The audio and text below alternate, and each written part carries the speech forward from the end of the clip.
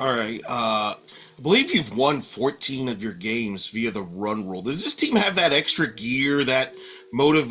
Hey, let's close this game out that maybe some other teams in your past haven't had? I mean, this team seems to have a different gear when it to close games out. Is that accurate? Yeah, maybe. I don't know. I don't know what that gear is. I don't know if it's the gear to close games out or the gear just to score and play at a high level. I think it's more of the second, not necessarily the closeout, but just to like we have a standard or expectation to play at a really high level. Um and, and so yeah, I don't know exactly what it is. I'm not gonna ask questions. I hopefully keep writing it out. But yeah, I think is it 14 games? 14 games and it was not by design. It was not by design and a lot of innings that I wish we got to But play. no, I I'm mean, not gonna but you've lie, done there's a it. lot of innings I wish we got to play, but it's fun to see. But yeah, I mean, you've done it against some quality teams. I mean, Virginia. I mean, I spoke to Joanna Harden. They still remember that beatdown, but they kind of made them better for it. But that they were like, wow, they just took it to a different level on that day. So you mentioned that comment to me, so I just wondered about that extra gear as the veterans realize, hey, let's not let them back in the game. Let's just close this out.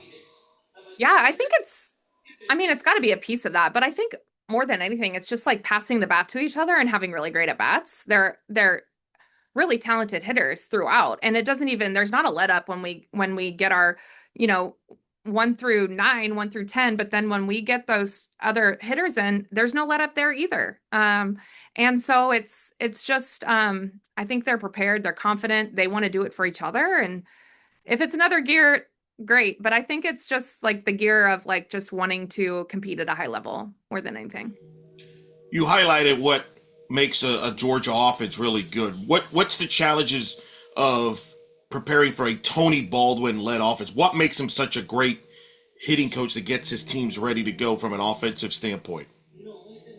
Well, his hitters always know exactly who they are. And there's so much to be said for that, but they are strong, they're physical. When they swing, they mean it. They don't get cheated. And they always are prepared. They know what they're hunting. And so a lot of times it's really trusting our spin and those big swings. And there's a lot of piece of like they're gonna they're gonna expose you for your misses, and so we have to be really confident with how we're pitching into their zones, and they're gonna make you be at your best. We've spoken before the season about Brinley Bain and what she would bring. I would say she's brought a lot. Can I confirm that she's still a freshman? Number one, and number two, what have you seen from her? Hitting over 500. I mean, what has stood out to you seeing her in now against other competition? Yeah, I don't like to use this, but I told you to look for her, right? I mean, she's just special. And I don't know that we expected that. Like we expected her to be really good. Obviously, we expect that, out of everybody we recruit to come here. But the number she's putting up, it's crazy. She's a professional hitter. I mean that's the best thing I can say is like she just doesn't have many bad at bats. If she has one, she learns from it. She learns from it in her at bat. She learns from at bat to at bat. She learns from seeing the hitters in front of her. She has really great hitters in front of her and she's learning from them. And that is a skill that you don't usually see in a freshman. But she knows what she's hunting. She is so confident in who she is, but also she works for it. So confidence comes from knowing you're prepared and then seeing that prep show up, and she sees it show up because I've just never seen anyone with the work ethic that she has. And we work. We have a culture of working, and she has taken it to a whole nother level. And so I can't say I'm surprised by the success that she's had because she works for it. Um, she's very, very talented. Kaylee, we always focus on the player when they first come to the program and how they do.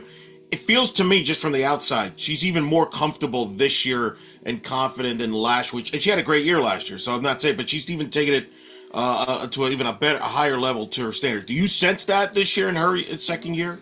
Absolutely. I absolutely sense that. And it's been really great to see her just really dive into the process. I know that she and Coach Gasso were working on a few things in the fall, and it didn't necessarily show up in the result, but you could see the progress of the process, and it's showing up now and then some. And so I think that there's a lot to, give her so much praise for that too, going into your senior year and having the career that she's had and still knowing there's more out there for her, and then staying the course and letting that work kind of come, even though it didn't necessarily show up right away. She just trusted the work, and it's showing up now. And the best part of it is just seeing her just like play with so much joy.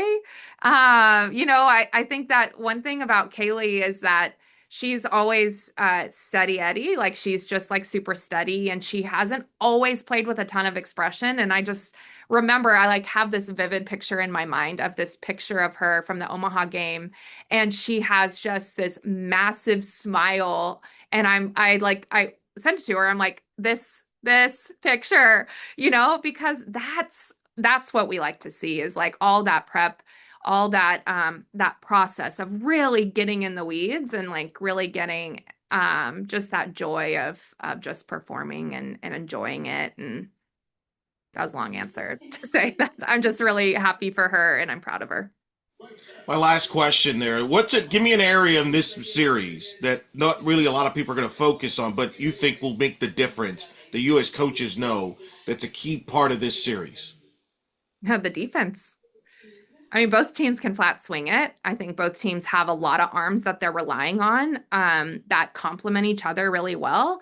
Both teams can flat defend it too. And I think that in the explosive offenses that we're going to have this weekend, I think one of the separators is going to be who gives up less of those extra 60, who makes them earn everything that they're going to get. And so I think that's the piece that's going to be the separator this weekend.